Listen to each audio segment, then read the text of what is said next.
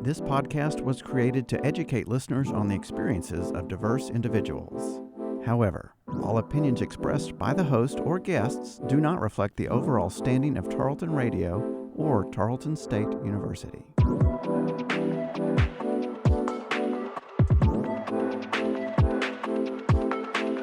Hello, everyone, and welcome to Making Space, a Diversity Dialogue. I'm your host, Cole, and this is a bi-weekly podcast where together we'll have questions answered about socially sensitive topics while learning how to create lasting relationships with diverse people. Pride Month has come rolling back once again, a time for advocacy, raising LGBTQIA+ minorities up, celebrations, and all the colors you can possibly think of. To honor this month and the voices of those in that community, I decided to take an episode to discuss all those lovely colors we see flying for the month of June. Of course, you probably already recognize the rainbow flag as a symbol of the LGBTQ+ community, but did you know that there is a new one floating around with added colors? Do you know there's a specific pride flag for intersex people? Did you know that each color chosen on the flags actually means something? That's what I'm going to tackle this episode.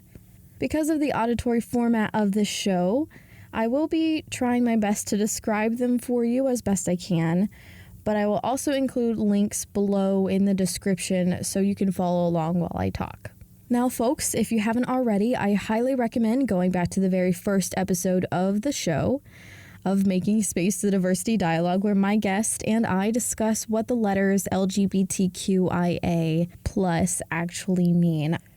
I will do a brief overview for you and then a little background, but again, if you'd like more in-depth descriptions and getting past the first 5 letters or so, you'll want to go and listen to Words Behind the Letters LGBTQ+. That episode, I think it's the very first one. Okay. For those who are sticking with me, we'll start with a very, very brief explanation and history of Pride and Pride Month. The very first Pride ever was not actually a parade or a party like we see today. The event that LGBTQ+ people honor is actually a riot that occurred in New York City at the Stonewall Inn in 1969. At the time, many LGBTQ folks had to participate in sex work to make money and to even survive, and the Stonewall Inn was actually one of the major sites where this took place. To make a detailed story a little more simple, there were mostly trans women and gay men at Stonewall Inn the night of the incident, and of course the law enforcement was called to take care of this, and unfortunately the trans women who were being discriminated against by those law enforcement officers started fighting and started this huge uproar that happened and started throwing things and just kind of started an uproar in the community from this event and really sparked the social movement that followed for LGBTQ+ rights. And the year following that riot at Stonewall, advocates planned a protest, and they called that Gay Day or Gay Pride. So Gay Pride would last a little bit longer than just Gay Day. Gay Day was supposed to be the day that the Stonewall Inn riots happened. They created Gay Pride to honor and remind the nation that LGBTQ+ people were still alive and still ready to fight for the rights that they needed as long as possible. Of course, as this movement has continued over the years, the protests turned into celebrations depending on the wins and losses of that year, and in parades. That's what we see most of the time on TV now, if you've ever watched them. These parades and celebrations were also a time where the community could get together and be exactly who they are. And that's why some folks tend to see maybe some less dressed people, maybe a little more skin, but a little more just being free for who these people are. In 1988, the term LGBT was first coined and used. For a little bit of history, folks. And then in the year 1999, President Bill Clinton officially recognized June as Pride Month. We're going to go ahead and move on, since we've done a little bit of background, to the symbols of LGBTQ+ people, and specifically the rainbow flag. We'll get to all of those things. Now, the symbols denoting the LGBTQ community, specifically gay men, because they were a little bit more visible, can be traced back to way before the first pride flag. Even back to the 1800s, Oscar Wilde, the famous LGBTQ writer, or specifically gay man, used green carnations to denote his entourage, is the word that was used in the research I looked at, but specifically his partners. It was denoted as those were his partners, and they used that as just a form of saying, like, I am LGBT or I am gay. During World War II, most people remember from history class, Jewish people were made to wear certain symbols on their jackets or shirts to denote them as being Jewish. This happened as well with gay men in that area. Gay men were forced into concentration camps and to wear upside-down pink triangles. Of course, the pink triangle has been reclaimed by the LGBTQ plus community specifically during the HIV and AIDS crisis. And mostly it was used for the group and advocates called ACT UP. And that group was made and designed to help make this epidemic more visible and for doctors and people to come up with a cure or to recognize that AIDS and HIV was detrimental to a community and they needed to be helped. You may see the use of the Greek letter lambda, which looks like an A without the line through the middle of it. This was primarily used by the Gay Activist Alliance in the 1970s. So you may hear some Greek organizations use lambda, especially if they are related to the LGBTQ plus community, but mostly it was used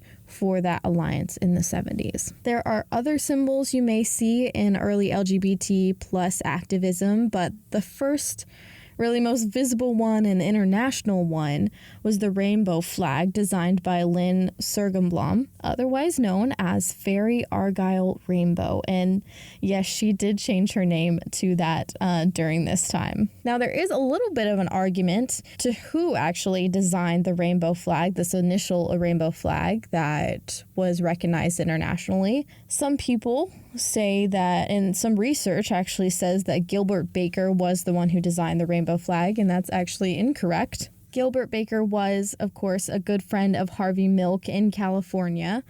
However, he was more of a promotional person, so he was able to get the rainbow flag and promote it to get it internationally known.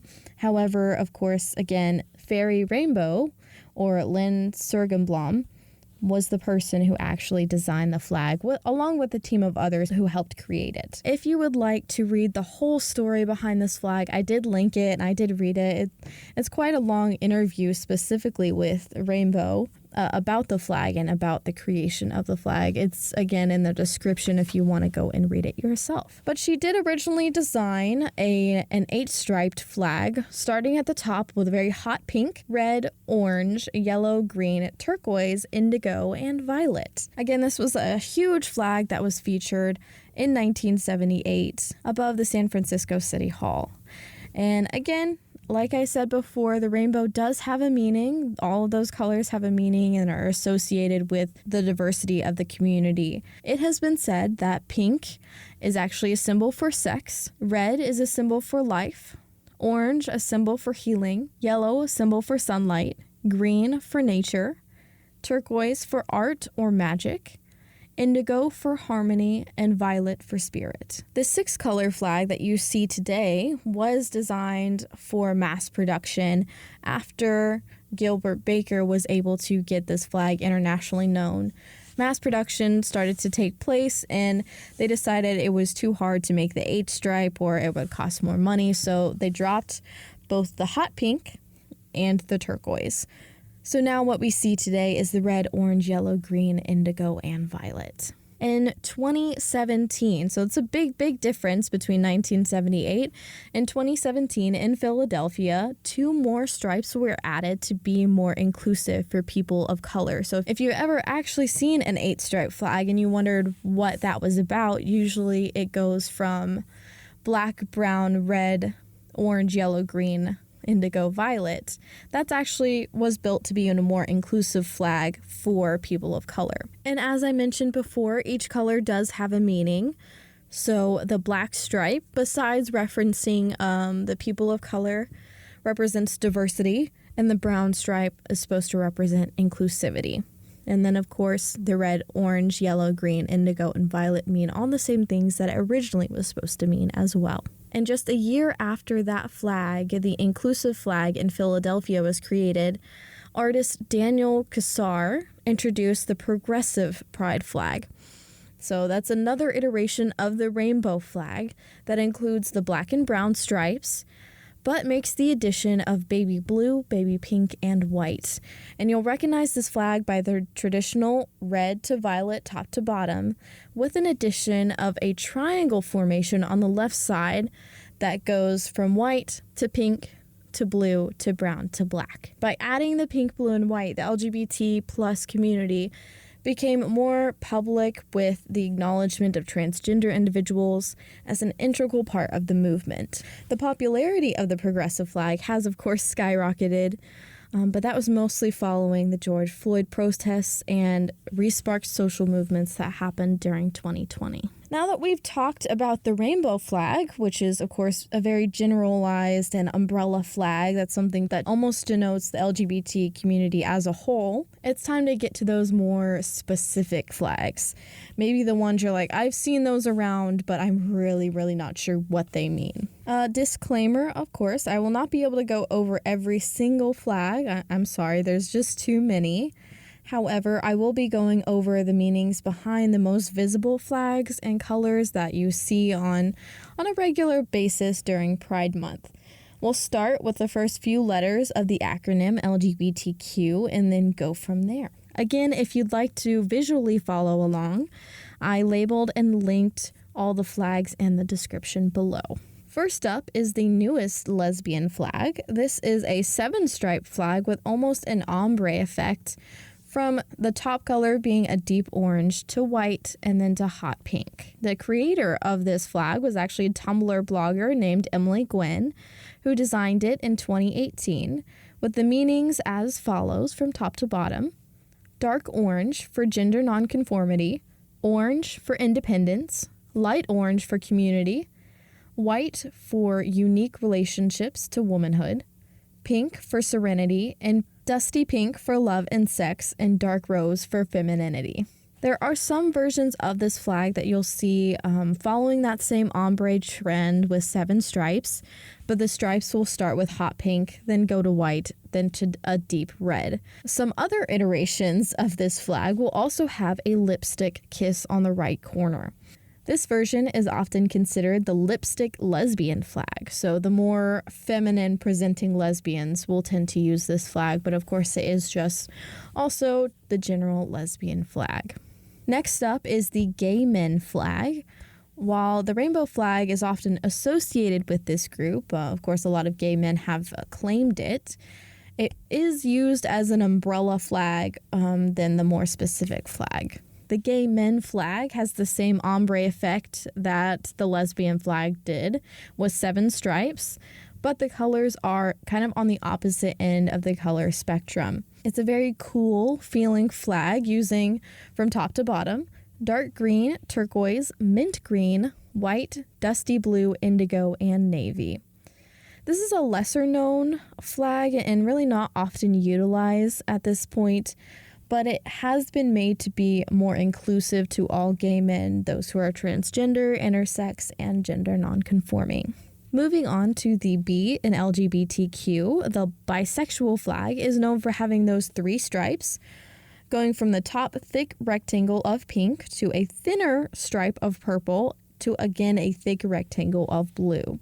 The first time this flag was unveiled was in December of 1998 and was designed by Michael Page. As most flags were made to do, Page designed this flag to increase the visibility of bisexual individuals in the community. For this flag, we do need to dive into the multiple meanings of bisexuality. So there are 2 main definitions people assign to the orientation. The first came about with the original coining of the term, especially before a greater understanding of gender identity happened. That meaning is just attraction to both binary women and binary men. The second meaning has become a little bit more popular, and that is being attracted to 2 genders. Bi meaning 2, and of course sexual relating to sexual attraction. So the same gender attraction and opposite gender attraction, or even two opposite gender attractions. For example, if you identify as a woman who likes both men and non-binary individuals, then you can be considered bisexual because of two sexual orientations, because you are attracted to two genders, essentially. Understanding that, I'll give you the meaning behind the colors of the flag. The broad pink stripe represents a same gender attraction. The bottom blue stripe represents opposite gender attraction, and the purple band represents the attraction or overlap of both genders. Next up is the transgender flag, which we got a little peek of when talking about the progressive rainbow flag. This flag is distinguished by having 5 stripes with only 3 colors. From top to bottom, it goes baby blue, baby pink, white, baby pink, and baby blue. Monica Helms, a transgender woman activist and veteran, created this flag design, which was first showcased in 2000 in Phoenix, Arizona's Pride Parade. The traditional powder blue, given to baby boys, represents binary trans men. The traditional pale pink that's given to baby girls represents binary trans women. And the white stripe in the middle is designed for those who are currently in transition, meaning they're changing over their name, they're changing over their hormones, or they're just changing their presentation, what they wear and how they are presented to people. Or it could also represent those who don't fit the binary. Let's move on to 2 additional flags that involve gender: the genderqueer flag and the non-binary flag. The genderqueer flag is distinguished by 3 equally sized stripes going from purple, white, to green at the bottom. It was created in 2011 by Marlon Roxy, artist and photographer. They designed the colors to mean purple for androgyny, white for agender identities, which means completely without gender, whereas gender fluid or non-binary individuals feel they might fall on the binary. And the green represents non-binary individuals. The specifically non-binary flag was created in 2014 by 17-year-old Kai Rowan. You'll recognize this flag as having 4 horizontal stripes going from yellow, white, purple to black at the bottom. Rowan created this flag because they felt that the genderqueer flag maybe misrepresented or didn't quite fit the non-binary people. In this flag, yellow represents gender outside of the binary, male versus female. White symbolizes all genders together. Purple for folks who feel they're both male and female, and then the black stripe meaning without gender at all. Now we'll focus on the I in LGBTQIA, which is intersex. There is some debate in the community for folks who feel intersex individuals don't belong in the acronym. However, as a minority group that often gets erased by society, I think they deserve attention and visibility of a flag. The official intersex flag is recognized by mostly yellow, with only a purple ring in the middle. It was created by the Intersex International Australia organization in 2013 as a way to support and celebrate intersex individuals. Those colors were chosen as the most androgynous colors, the yellow recognizing the non-binary nature of many intersex people, and the ring representing a wholeness. The Intersex International Australia organization really wanted this flag to symbolize bodily autonomy and genital integrity. Many of this group strive for that sort of thing, as many get that taken away as young children and babies. Its focus is to break the stigma or taboo of being intersex and really the need to have any binary affirming surgeries. Now we're at the letter A for asexual and aromantic. Both of these terms have flags separate from each other. A quick overview of what they mean. Asexual means being without sexual orientation or sexual attraction, so people who don't experience sexual attraction. One thing to note, asexual is an umbrella term that has other terms in it, like gray ace, demisexual, and there's a few more, but you'll have to go back and listen to Words Behind the Letters to hear about those. Aromantic has a similar meaning, but with romantic connections. So someone who cannot have a romantic connection with another person, but maybe have a sexual relationship with them. The ace flag, or for asexual, is recognized by 4 stripes, starting with black, gray, white, and purple at the bottom. Those are meant to symbolize asexuality, gray ace, non-asexual partners or allies, and community, respectively.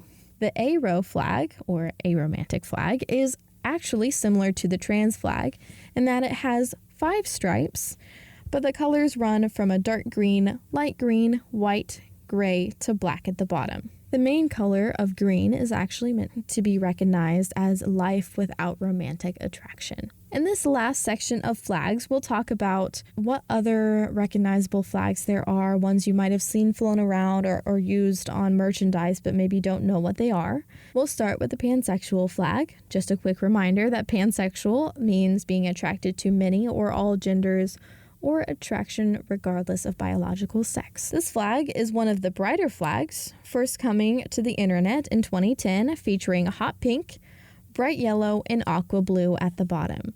The pink represents women, the yellow represents non-binary and gender non-conforming folks, and the blue represents men. Another flag you might see is mostly black and white striped, and with what looks like a capital letter A that's a rainbow in the middle. And this actually symbolizes allies and allyship. It is a highly debated flag, of course, because it recognizes allies who are not technically in the LGBT community, but there is a flag, of course, that represents that friendship and advocacy for the community. If you've ever seen a flag with blue, red, and black, and maybe even a pi symbol in the middle of it, this represents polyamorous people. So people who have relationships and can love outside of just a singular other person. So people who can have multiple romantic or sexual or both relationships with other people. Of course, there are many more flags that I didn't bring up at all. If I didn't mention one that you've seen and you want to know more about those flags, be sure to check my links below for additional resources, or you can message me at the Planet 100.7 on Facebook, Instagram, or Twitter. That's the radio station we're based out of. Be sure to check back every other Tuesday at 5 p.m. for new uploads, folks. I've got a few topics planned out already that I'm excited about, stuff about learning disabilities, the idea behind consent, and I might even get an interview with one of the coordinators of Stephenville's Small Town Pride event. All of those to come soon, folks, but for now, be safe out there and take care.